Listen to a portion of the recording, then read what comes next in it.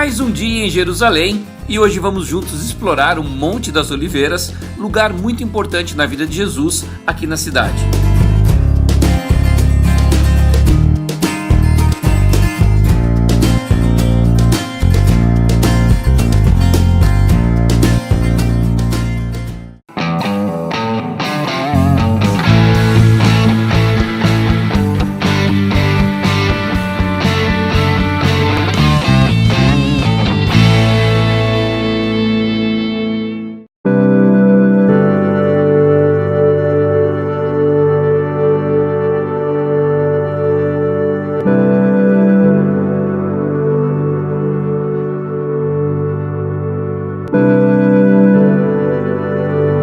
E meu primeiro ponto de visita aqui no Monte das Oliveiras é a Igreja do Pai Nosso, lugar onde a tradição mantém que Jesus teria ensinado essa oração. Vale a pena lembrar que o texto da oração do Pai Nosso está localizado em 2 livros na Bíblia. O primeiro, livro de Mateus, logo abaixo do Sermão da Montanha, dando a ideia que Jesus teria ensinado essa oração lá na Galileia. O outro texto, no livro de Lucas, diz que Jesus estava num certo lugar, não havia um lugar definido. Agora, se você voltar exatamente um capítulo antes desse texto, você vai ver que Jesus estava em Betânia, que é muito aqui próximo, na casa dos seus amigos chegados aí, Marta, Maria e Lázaro. Alguns historiadores dizem que Jesus vinha de Jerusalém, que está nessa direção aqui, estava indo em direção a Betânia e no caminho ele parou para descansar numa gruta que eu vou mostrar para você daqui a pouco, e aqui num bate-papo com seus discípulos teria ensinado essa oração.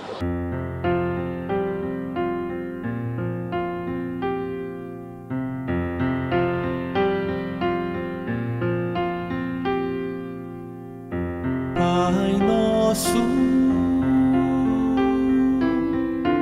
Pai nosso, que estás no céu, santificado seja o teu nome. Ao redor de toda a igreja, a gente encontra aqui vários painéis em azulejo, oração traduzida para mais de 152 idiomas. E alguns dialetos acho que eu nunca vi na vida, gente. A Cherokee, Bariba, Mina, de Tamário, de Tamari, Maori e Fon. Não tenho ideia, mínima ideia de onde sejam esses dialetos. Vou pesquisar até depois.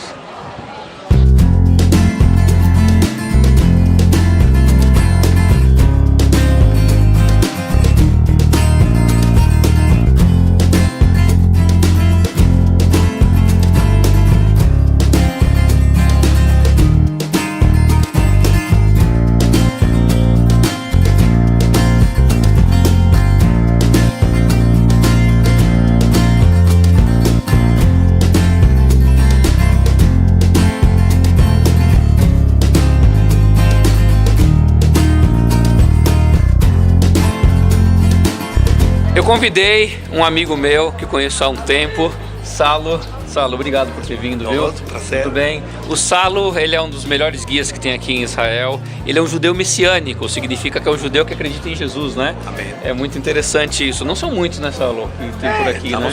Há poucos guias, mas estamos crescendo. Tá andando, né? Graças a Deus. É isso aí. Então o que eu estou fazendo aqui na Igreja do Pai Nosso com ele? Eu convidei ele para ler a oração do Pai Nosso em aramaico, que era exatamente a língua que Jesus falava. Então capricha aí. Abuna daba shamaya, itkadesh shimcha, ta'ate malchutcha, ta'aver ra'utcha, ki bashamayim ben bara, lachma havlana basakum yom beyomo, veshavaz lenetach lecho yaveinu, ki de'anachna shenikra lechayavena, ve'al tilena beninisayon el amatzilena mina baisha. Amém.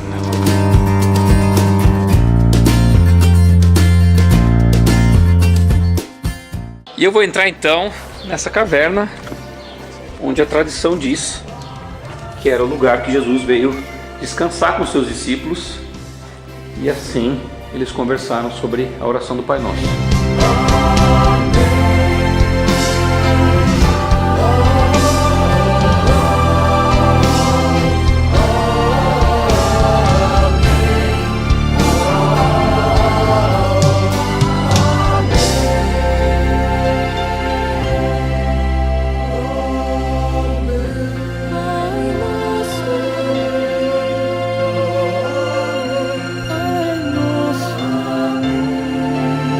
Saindo agora aqui da igreja do Pai Nosso, eu estou descendo aproximadamente 3 minutos caminhando.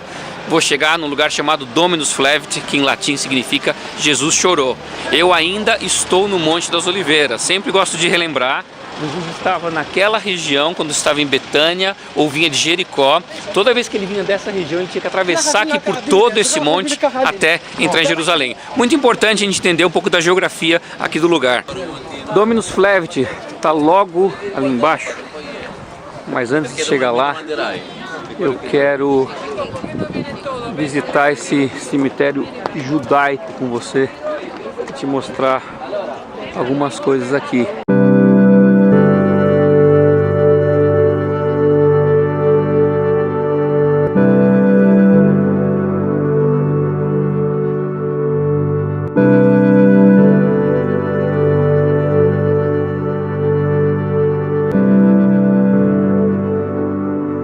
A religião judaica tem regras muito rigorosas com relação ao funeral.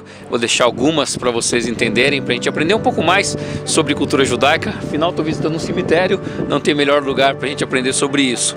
Uma das primeiras regras que eu achei interessante é que o corpo tem que ser sepultado no mesmo dia da sua morte. Eles se baseiam num texto do livro de Deuteronômio, capítulo 21, versículo 23. E essa regra só pode ser quebrada em 2 ocasiões. Uma, se o falecido morrer no período dentro do Shabat, ou no dia do Yom Kippur, que é o dia do perdão. Voltar um pouco para trás, lembra que Jesus morreu numa sexta-feira, por isso que o pessoal correu para poder enterrar Jesus, porque se demorasse mais um pouco, iria entrar o Shabat e ele só poderia ser enterrado depois do Shabat, e isso não é bom para um judeu. Segundo ponto interessante, o judeu não pode ser cremado.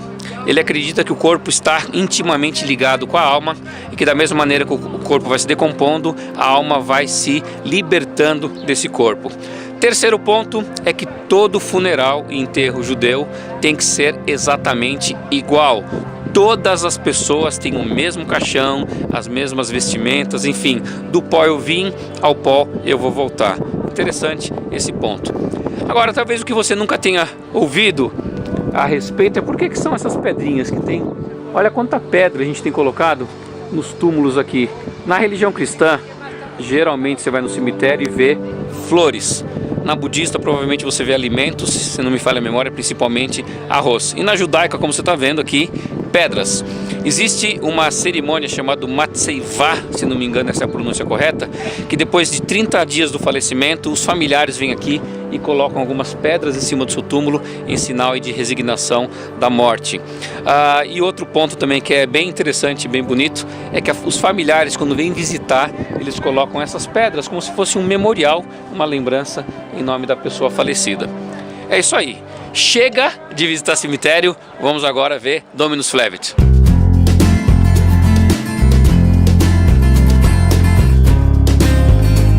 A tradição nos diz que nesse lugar Jesus parou para ver a cidade, pois a vista do templo daqui era magnífica. Como até hoje, ainda temos uma das vistas mais lindas da cidade, com a mesquita ao fundo, que hoje está no lugar do templo.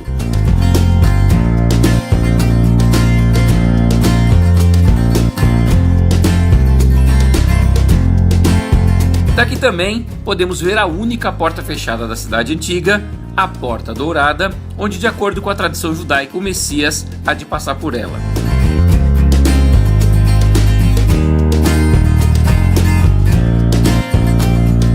Aqui, Jesus chorou e prediz a futura destruição de Jerusalém. A história está no livro de Lucas, capítulo 19, versículos 41 a 44. A igreja é uma das mais novas construídas aqui em Jerusalém. Foi inaugurada em 1955, feita pelo arquiteto Antônio Barlucci, no formato de uma lágrima.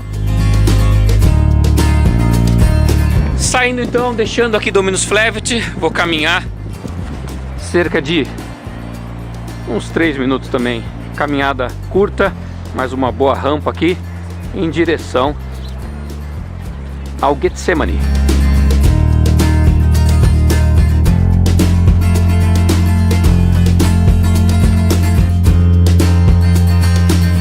Diz o texto de Mateus, capítulo 26, versículo 36, que Jesus foi com seus discípulos a um lugar chamado Getsemani. Getsemani em hebraico, que significa prensa de azeitona. Você já viu alguns dessas prensas que eu mostrei em alguns programas anteriores? É exatamente essa peça que dá nome a esse lugar.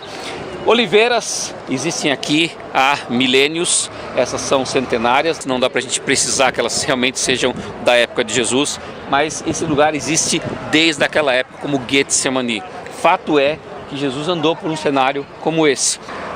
Jesus veio orar com seus discípulos e se afastou um pouco. Então a tradição diz que esse afastar de Jesus teria sido aqui onde ele coloca sua cabeça numa pedra e diz: Pai, se for possível, afasta de mim esse cálice, mas que não seja feita a minha vontade e sim a tua. O coração de Jesus estava entristecido, estava angustiado. Jesus não deve ter exatamente colocado seus discípulos aqui, porque era uma noite e não devia estar muito calor. Então a tradição mantém que eles estariam numa gruta. Era muito comum as pessoas se reunirem em grutas. Lembra do Pai Nosso que eu fiz? Atravessando aqui a rua tem uma gruta que já tinha também esse nome de Getsemani há muitos séculos atrás. E isso dá uma ideia melhor que realmente aquele tenha sido o lugar onde Judas chegou e beijou a Jesus.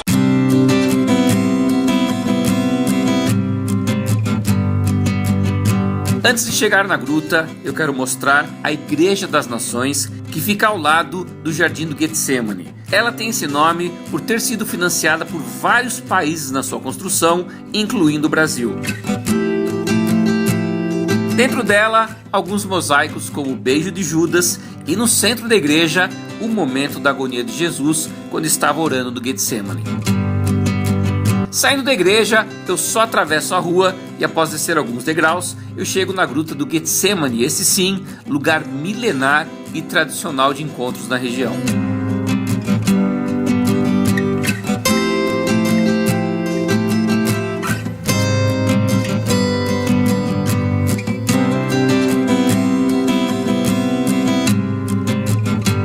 Eu tô no final aqui do Monte das Oliveiras, aqui atrás o Vale do Cedron. Eu acho que agora dá pra gente ter uma ideia bem real de como era a geografia aqui do lugar. Lembra que Jesus poderia ter saído de Jericó ou de Betânia e que para chegar a Jerusalém ele teria que cruzar essa fronteira natural que é o Monte das Oliveiras. Ele passou supostamente, de acordo com a tradição, lá no Pai Nosso que eu já mostrei, onde ele ensinou oração. Ele passou em Dominus Flevit, onde ele teve uma visão do templo aqui e chorou pela cidade. E aí, finalmente ele desceu, atravessou o vale e naquele canto ali que você está vendo, fica ali a parte sul da entrada do templo, onde todos os peregrinos que vinham aqui de todo lugar de Israel eram obrigados a passar por aquela porta para entrar no templo. Então o fato é que Jesus realmente andou por aqui, fez esses caminhos e agora você está entendendo um pouco mais da geografia aqui e agora saber que o Monte das Oliveiras não é só um pedacinho onde Jesus foi traído e sim esse monte com muita história para contar. E eu espero que você tenha gostado de mais um giro aqui em Israel. Então, deixa sua curtida, seu comentário, compartilhe o vídeo com os amigos e não deixa de se inscrever nas minhas redes sociais. Aproveita também e dá um clique aí para se inscrever no canal ou para visitar o blog do Louco e também para assistir mais vídeos sobre Israel. E eu te espero no meu próximo programa, porque afinal de contas, dentro de nós sempre vai existir um louco por viagens.